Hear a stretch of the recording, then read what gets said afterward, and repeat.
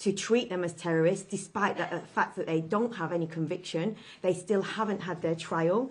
They get spoken about by the prison staff constantly as terrorists. They're intimidated all the time.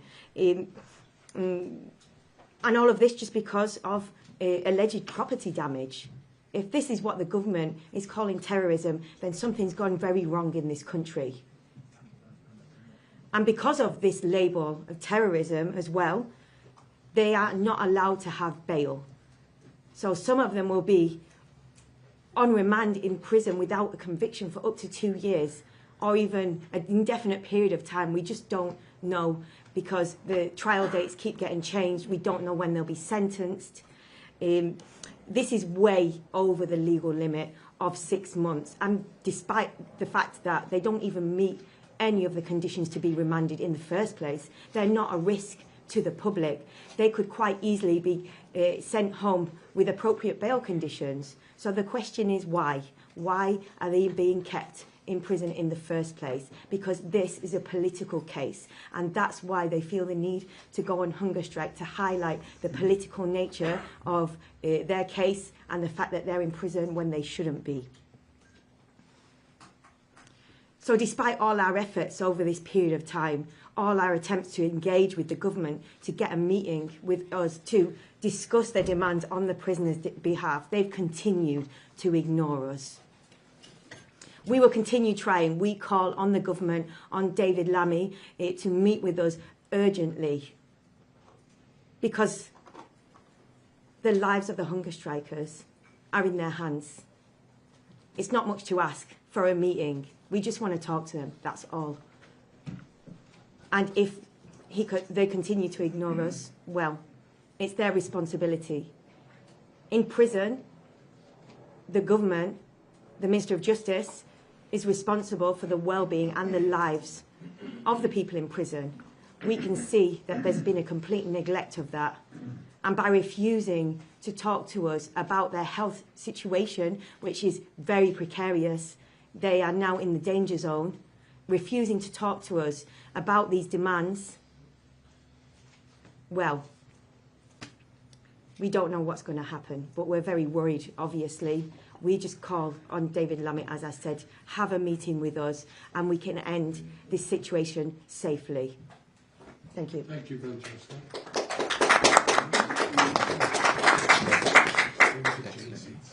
Our next speaker.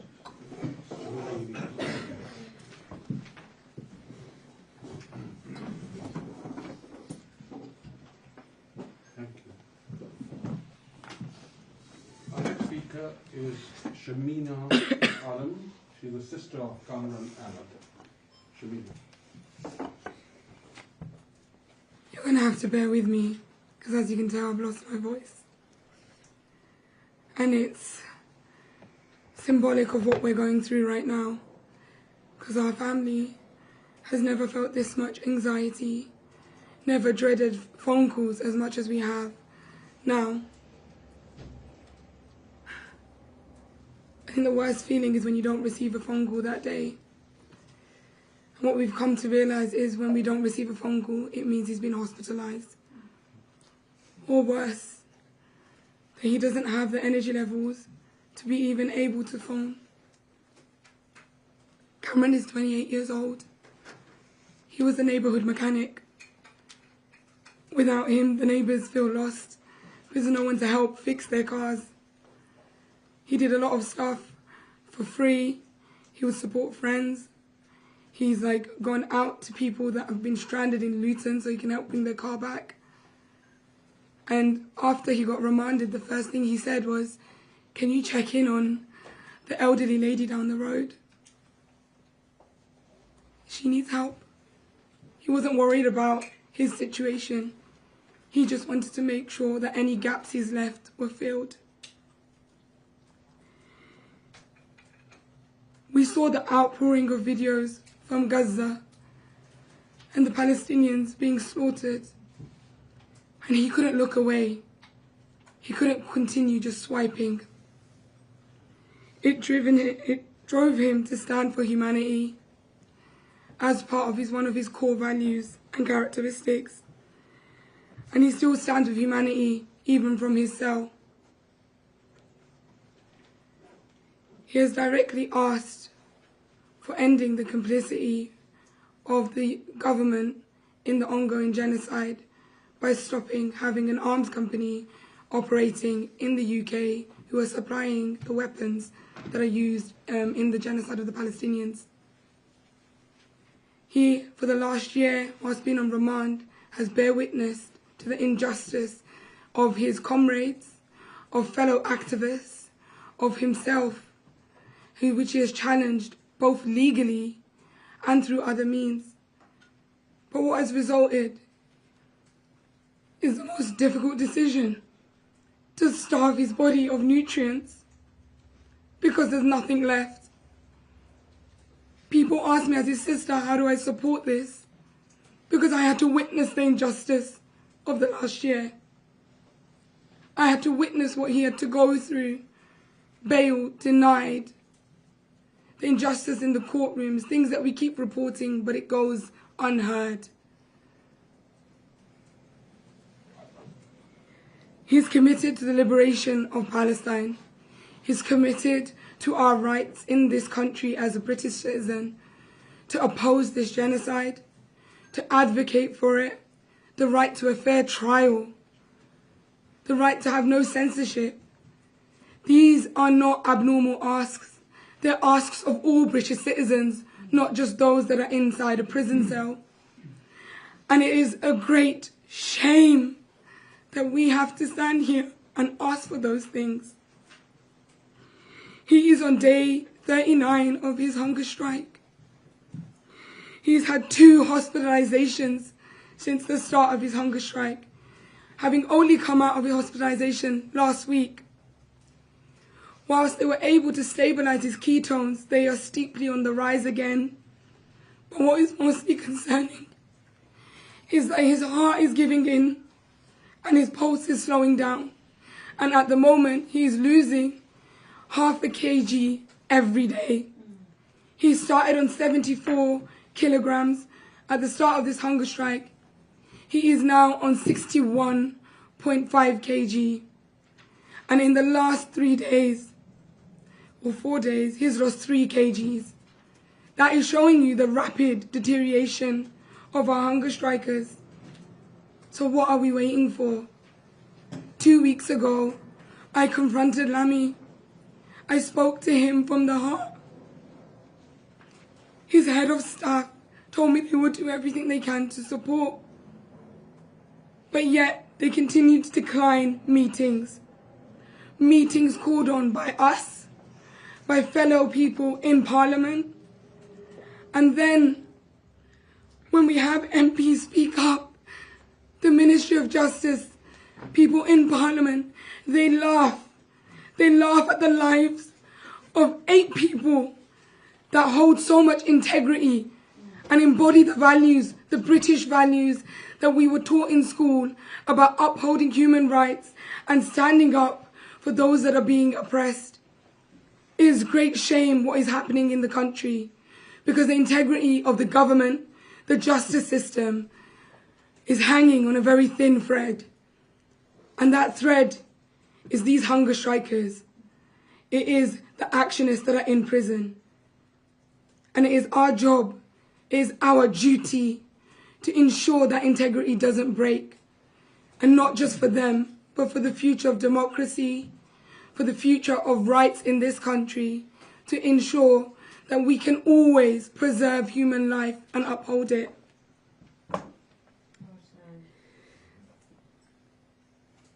As you can tell, I'm losing my voice. From the daily interviews, from the daily screaming at the top of my voice, hoping that someone will hear. I don't sleep anymore, and neither do my parents. We're filled with dread, and every day my dad asks the same question. Why will they not respond? He's been without food. How cruel is this? He's been in prison without trial for over a year. Why is such cruelty being enacted here? My dad is originally from Bangladesh. He did not anticipate that British government and the policing and the prison and the justice system would be this corrupt to endanger the lives of 8 people, to endanger the liberties of all the prisoners that are currently in prison for taking alleged action for Palestine. They shouldn't have had to take alleged action for Palestine. That should have been our government. It should have been the people at the top, not the people whose hearts are too big to look away at the videos and deaths of children, mothers and fathers. As Gaza goes into the coldest winter they will ever see, and videos come out of babies being killed by hypothermia, we must ask ourselves, what are we doing? We can't even save the citizens here. We can't even help the lives out there. Then why are we even a functioning democratic society? Or are we those things at all? I carry the deepest sadness with me at all times. It sits in my heart, and I try and use courage to move forward by the people that come out every day to protest, out in the open for their freedom. But sometimes that deepness, it sinks to the bottom of my stomach. And I don't think anyone will understand the heartbreak that we face every time they get hospitalized. And then the cruelest thing that anyone could do, they cut off all communication every time they are hospitalized, with no updates on their well-being and how they are doing. So how will I ever know if my brother enters a coma? How will I ever know if he's in his last moments, when they refuse to communicate with the next of kin, with his lawyers? I've never felt that level of cruelty, and I never thought that this is what I will be feeling at the hands of the British justice system and the democracy. I was a firm believer of upholding everything we have in our systems, but what this has shown me is everything is a farce. We have so many things that we need to break down to protect everyone, every British citizen that lives in this country, to ensure that their rights are upheld at all times for all prisoners. No family deserves not to know what's happening to their loved one. I call upon David Lammy to please have this meeting. We haven't asked for much, and stop declining the meetings from the MP. So if you don't want to speak to us, then at least speak to your colleagues. This is not about your politics. It's about the lives of 8 individuals. And I do not want to receive the call that my brother has succumbed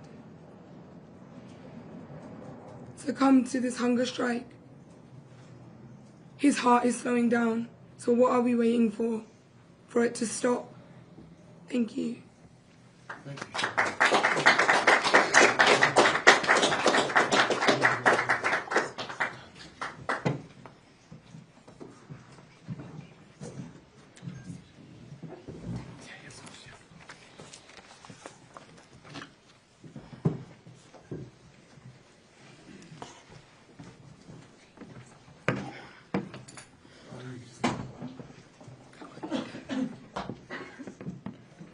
Our next speaker is Rahma Hoxha. She's the sister of Hoxha.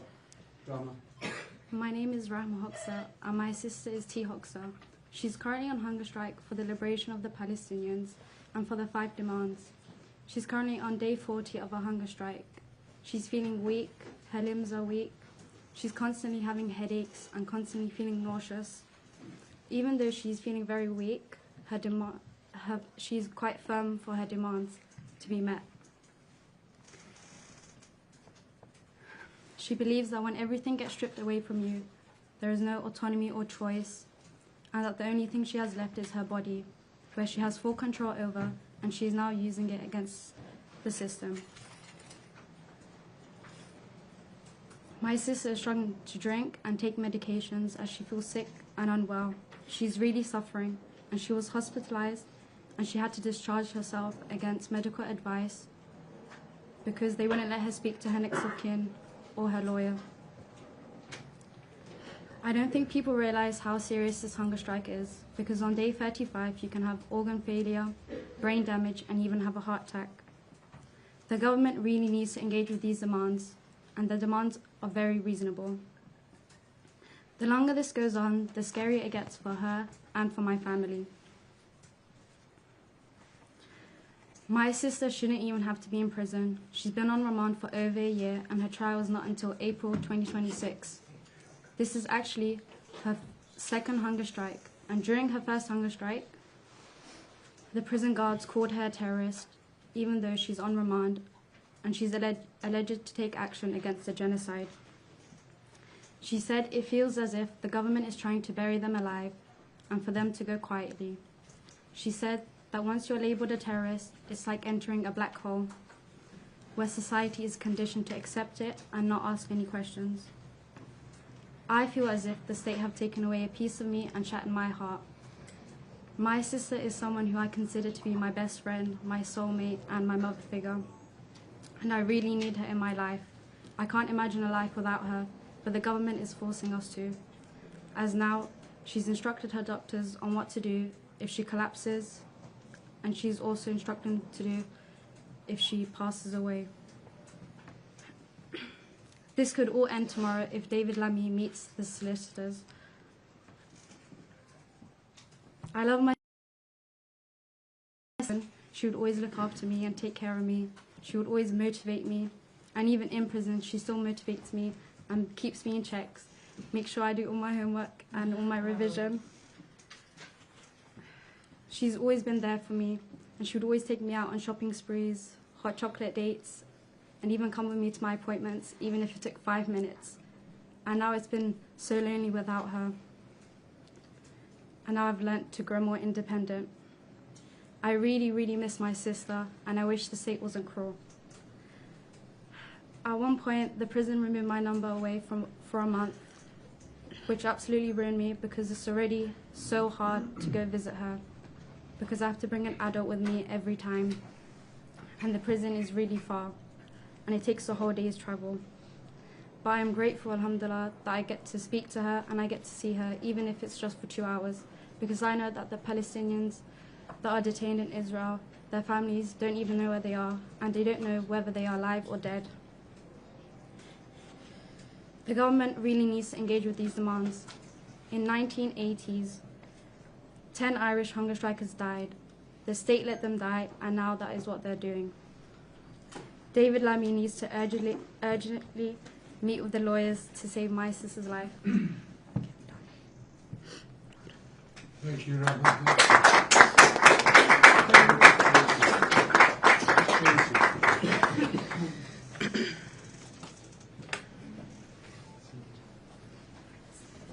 Next speaker is Ella Molesville. She's Kassa Zura's family member.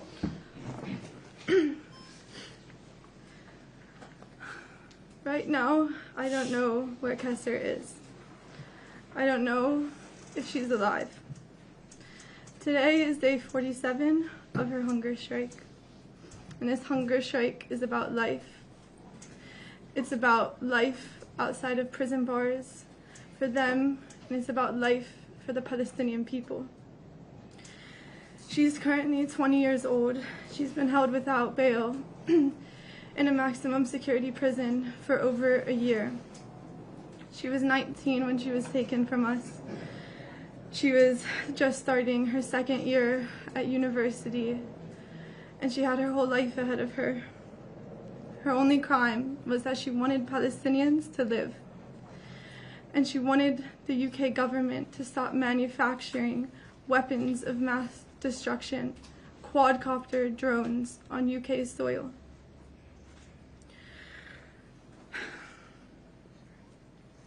Today is day 47. Any day after day 35 is considered a critical and severe stage of starvation. After day 40, they can lose their lives at any moment. None of them have received adequate medical care. Their vital results have been withheld from many of them. They've been forced to discharge themselves from hospital Kessler was not allowed to call me in her last 2 hospitalizations, so she was forced to return to the prison just to tell me that she was alive. She's consistently left in her cell, unable to move on her floor, and the prison guards and the prison nurses hang up on her when she's in excruciating pain and begging to be taken to hospital to receive the observations and the care that she so desperately needs. Yesterday, she was left on her cell floor for over 20 hours, waiting for an ambulance. She first called us at 5 p.m. on Tuesday. An ambulance didn't show up until 1 p.m. and didn't leave the prison until 2 p.m. She's had an extremely high heart rate and low blood pressure, which is a deadly combination. She's had severe chest pain for the last few weeks, which, if she was not in prison, would be escalated to a hospital immediately, where she would be needed to be looked after constantly to keep her alive. Yesterday, Zara Sultana, 3 highly specialized NHS staff, and hundreds of the public rallied beside me as we begged her to be taken in an ambulance. We were chanting, "What do we want? An ambulance. When do we want it? Now." Imagine having to beg for an ambulance for 20 hours for someone you love, and not knowing if they're alive, and not knowing if she's even made it to hospital. I have no confirmation that she was inside that ambulance, that she's being treated in hospital. I have no confirmation if she's alive, if she's in her prison cell. All she wants is to go home, and for this government to stop manufacturing genocide. All they want, their demands are very, very simple.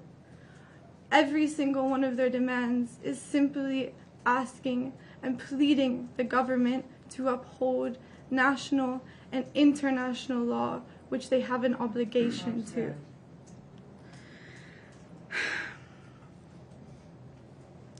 She has lost 13% of her body weight, and this is a very deadly period. She's had 2 hospitalizations before this current one, which I can only hope that she's in hospital, and she can't survive another one. This government, the prison guards, the police yesterday, 8 police vans showed up before an ambulance did to manage us, to protect the prison instead of the life of a 20-year-old girl dying in her cell. They laugh in the face of our families who took action to uphold international law when they wouldn't. We need a meeting with the government, and we need it urgently. It's about the lives of these 8 beautiful souls, and it's about the lives of the Palestinian people who have a right to live just as much as them. And it is up to all of us to hold this government accountable. Thank you.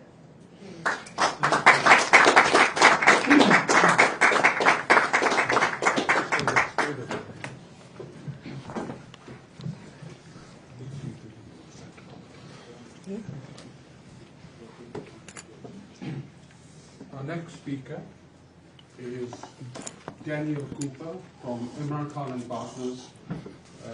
Daniel is representing all the 8 prisoners at the moment. Good morning, everyone. We first wrote to the Secretary of State and the Deputy Prime Minister last Tuesday, the 9th of December, to express significant concern about our clients' rapidly deteriorating health. We explained that some of our clients could not walk. They had all lost significant weight. Some clients were losing their vision, while others had their ketone levels increasing dangerously. 5 of our clients had been hospitalized by that point. We asked the Secretary of State on our clients' behalf to meet with us to try and resolve the situation before it became too late to avoid the death of one or more of our clients. We received no response.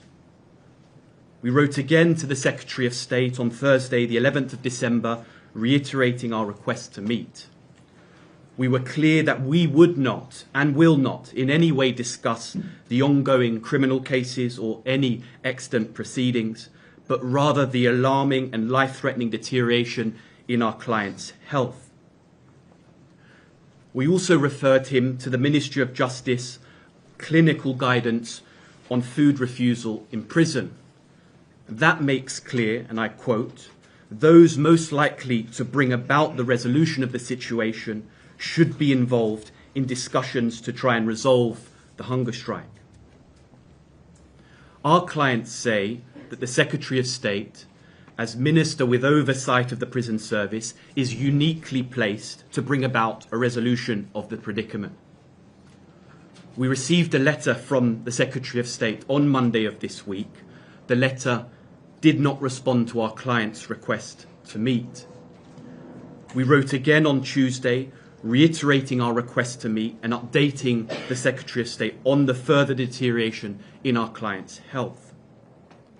We have received no response to this. We made it clear, and do so again today, that our request to meet with the Secretary of State is an effort to seek to resolve the immediate situation. It is an effort to prevent the loss of life. We remain at a loss to understand why the Secretary would not want to engage in a process that has the potential to save lives. Their lives are at risk in His Majesty's prisons. The government have known about this for some time, but for reasons they have not explained and which are not clear to us, they've ignored our request to meet. Our clients and we implore him to meet urgently in order to save lives. Thank you.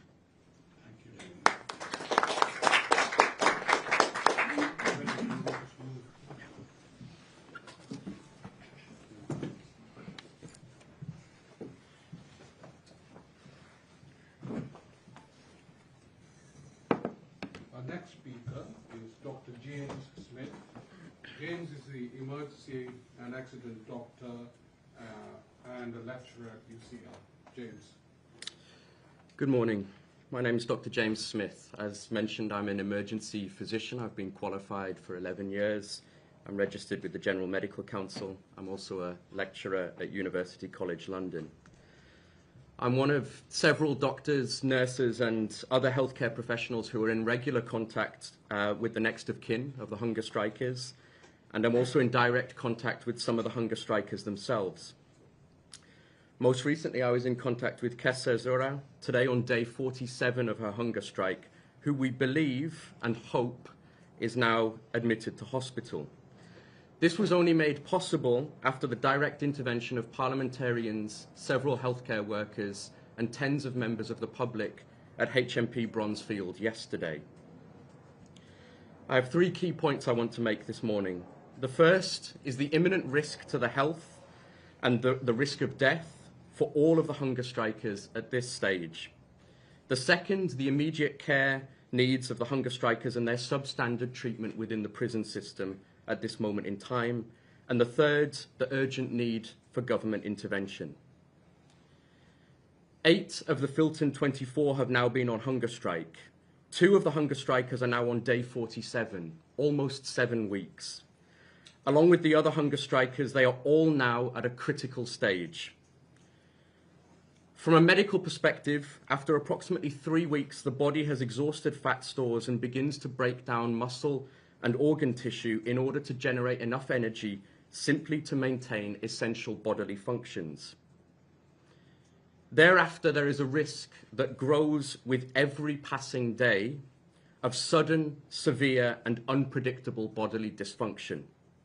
The heart muscle begins to break down, the kidneys are unable to filter effectively, the muscles that aid breathing are compromised, the ability to mount an immune response to infections is severely diminished, the brain is at high risk of irreversible damage, heart failure, irregular heart rhythms, and an inability to fight off infections can rapidly or suddenly cause death.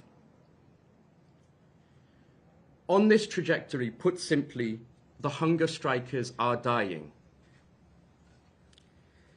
In the last 12 months, 411 people have died or been killed in the prison system in England and Wales. This is the highest number this century. In 2018, the Care Quality Commission reported to MPs that prison services, I quote, frequently struggle to deliver safe and effective services. Many others have drawn similar and often more stark conclusions. It is my view as an NHS doctor that the complexity of the hunger strikers' care needs must now be managed with regular specialist input, if not continuous monitoring in a hospital environment. Almost 900 healthcare workers have today written to David Lammy, Wes Streeting, senior NHS officials and senior prison officials to express the same demand. Last week, more than 200 members of the British Medical Association wrote to the BMA to sound the alarm, and the BMA in turn has lobbied the government, reiterating the hunger strikers' rights to healthcare, privacy and dignity. Along with these concerns, we are alarmed by accounts of substandard monitoring and treatment within the prison system, delayed treatment for hypoglycemia, which may constitute a medical emergency, infrequent and incomplete clinical monitoring, dismissive engagement with the hunger strikers by prison staff, prolonged delays, more than 12 hours yesterday for Kessa, despite hunger strikers complaining of severe symptoms such as severe chest or abdominal pain, dangerous attempts to refeed without adequate clinical oversight, where there is a clear risk of refeeding syndrome, the shackling of prisoners while in hospital, even when they are using the toilet facilities or showering or undergoing medical examinations. This is something I have never seen or experienced in my medical career. Next of kin have frequently been kept in the dark.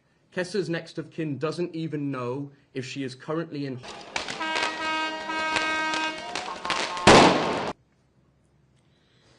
The hunger strikers are at imminent risk of irreversible damage to their bodies and of death.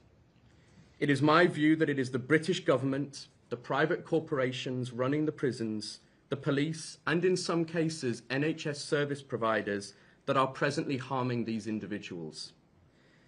It is imperative that the government takes the hunger strikers' demands seriously.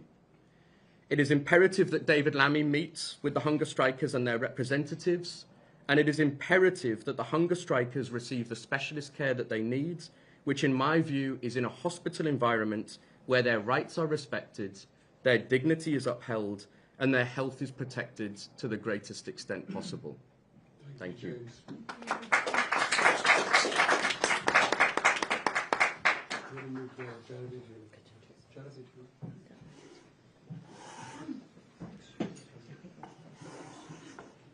Because of the mics, everybody has to come.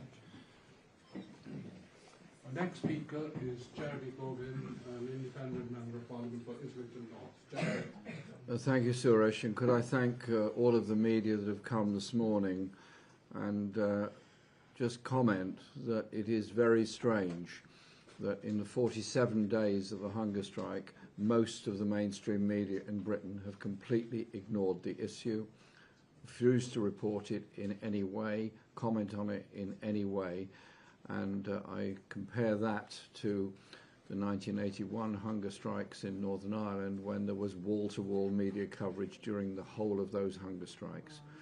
I also have supported and represented constituents and others that have taken hunger strike action in the past, and even during the period of a Tory government during the 1987 election, I was contacted directly by the then Home Secretary, those days the Home Office was responsible for prisons, in order to ensure that an appropriate meeting took place to bring about a resolution to those particular hunger strikes. I contrast that with the behaviour of the Ministry of Justice and the Prime Minister's office in relation to the current hunger strikes that are going on. You've heard very, very powerful testimony from the families this morning, and from the lawyers, and from a very senior and very well-respected doctor as the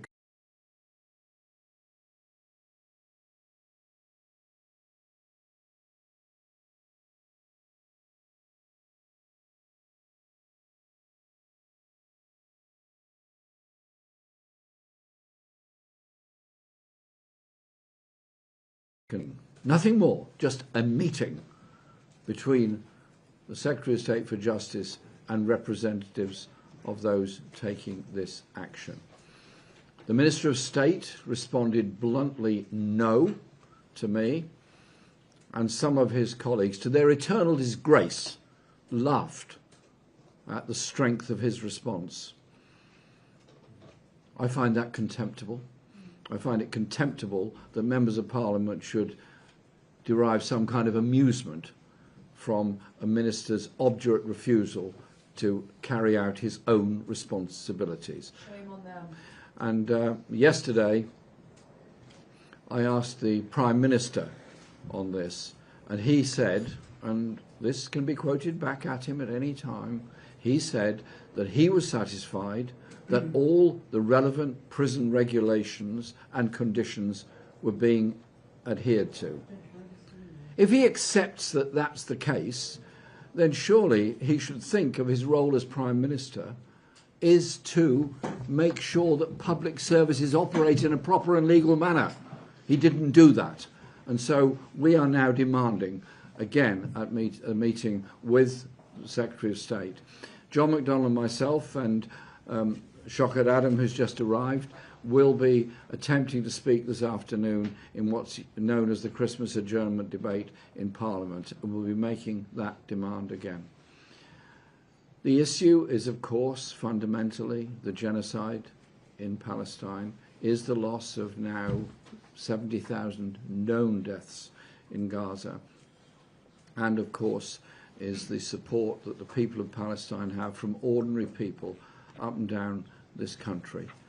And I implore all of you, just think for a moment of those people undertaking hunger strike.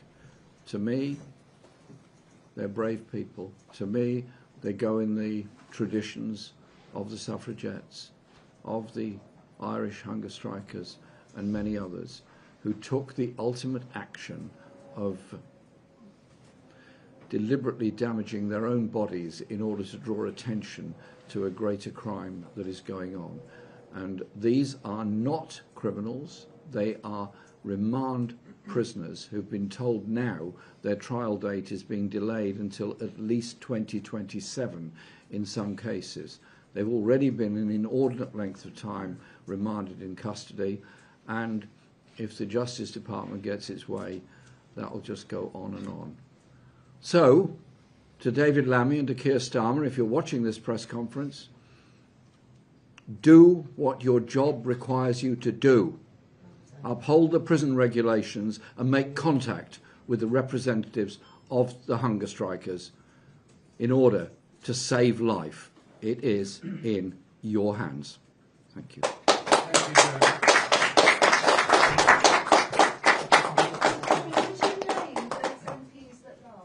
Sorry? Could you name those MPs that laughed?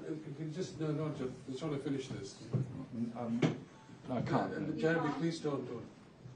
We could sort this out later. I just want to finish this. John, do you want to just comment here? Yeah. Our next speaker is John McDonnell, Member of Parliament for Hayes and Harley. Just very briefly, because you. Shokhat Adam is a Member of Parliament for Leicester. Okay. John? Just very briefly, I'll run you through the parliamentary interventions that have taken place so far, because it's quite important to recognise the scale of representations that have been made to the David Lammy in particular. We've used every parliamentary device we possibly can. We tabled an early day motion at the beginning of September, simply calling for David Lammy to intervene to review the treatment of the prisoners. Over 50 MPs signed that early day motion. We've then held meetings with the families. We've written on numerous occasions now. We put a letter together of all those MPs that were at that meeting. There were over 10. It took David Lammy 9 days to respond to that letter. So as a result of the lack of response, on a daily basis, various MPs have been raising points of order, Jeremy, Apson, Begum, myself and others. In addition to that, we sought a meeting with David Lammy directly. There was no response, exactly as the lawyers have said, there was no response whatsoever. Some of us were around in 1981. I was a GLC councillor, so some of us know the potential outcome here, and that's why we're treating it so seriously. We're simply asking, exactly as John Cooper said, as the lawyer said, we're simply asking David Lammy to implement the advisory process on these situations, which is to enter into dialogue and discussion. We'll be raising it in Parliament again. We're urging David Lammy, because he's the Secretary of State for Justice and it's his responsibility, the prisons are under his responsibility. But there have been circumstances as well, and I'll be raising it in Parliament today, is that David Lammy, if he's not willing to meet, one of the processes that we've used in the past is to appoint a mediator as a matter of urgency to undertake the first discussions that could then lead on to ministerial discussions. So we're asking that today. And we're asking that, I think, because, as you've heard, we're desperate now. We're desperate for a resolution of this, and it would not be much